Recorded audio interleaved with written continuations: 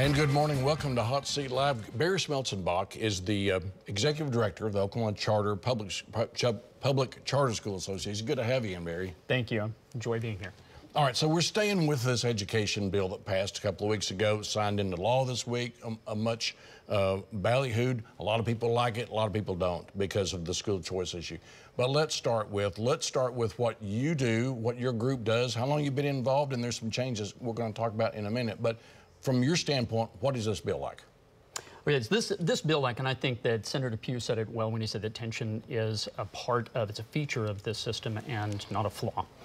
So there is much wrangling back and forth, but ultimately we're extremely excited about what this means for public education. So we've got $650 million of new funding, reoccurring funding that's going into public education. $500 million of that into the funding formula.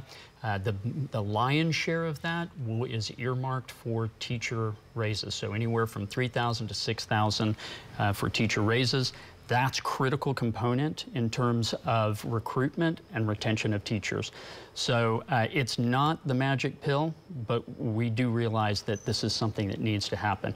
The remaining portion of that $500 million goes directly into school districts' general fund so that they can use that for what they need in their communities. And then $125 million is being infused into the Redbud Fund. The Redbud Fund is a funding stream that's been around for 2 years. It's traditionally funded by revenues from taxes from medical marijuana sales. But this influx of $125 million into the Redbud Fund, what it does is really twofold. One is it raises that bar, allowing more districts to have access to this funding.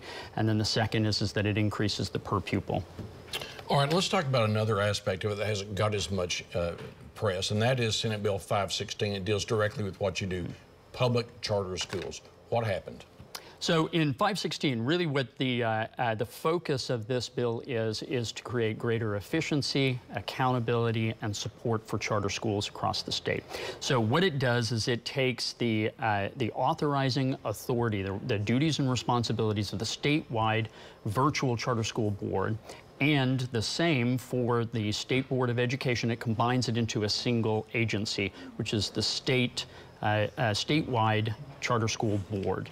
That statewide charter school board will have 9 members that will be appointed, and then that becomes an additional authorizing opportunity for brick and mortar charters, and it is the sole authorizer for virtual charters across the state. Got about 1 minute left. Your thoughts about how this is going to impact public charter schools going forward? In terms of affecting public charter schools going forward, I think it streamlines the process for authorization.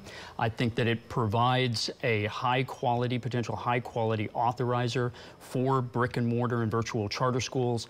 It absolutely creates a greater efficiency, so it's a better use of our taxpayer dollars. All right, and now that bill has passed legislature. Has the governor signed it yet?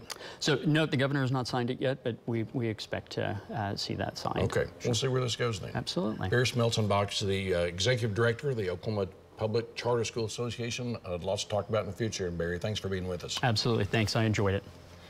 Thanks for watching Hot Seat. See this again at news9.com/YourVoteCounts. Follow me on the socials, LinkedIn, Facebook, Twitter, @MitchellTalks.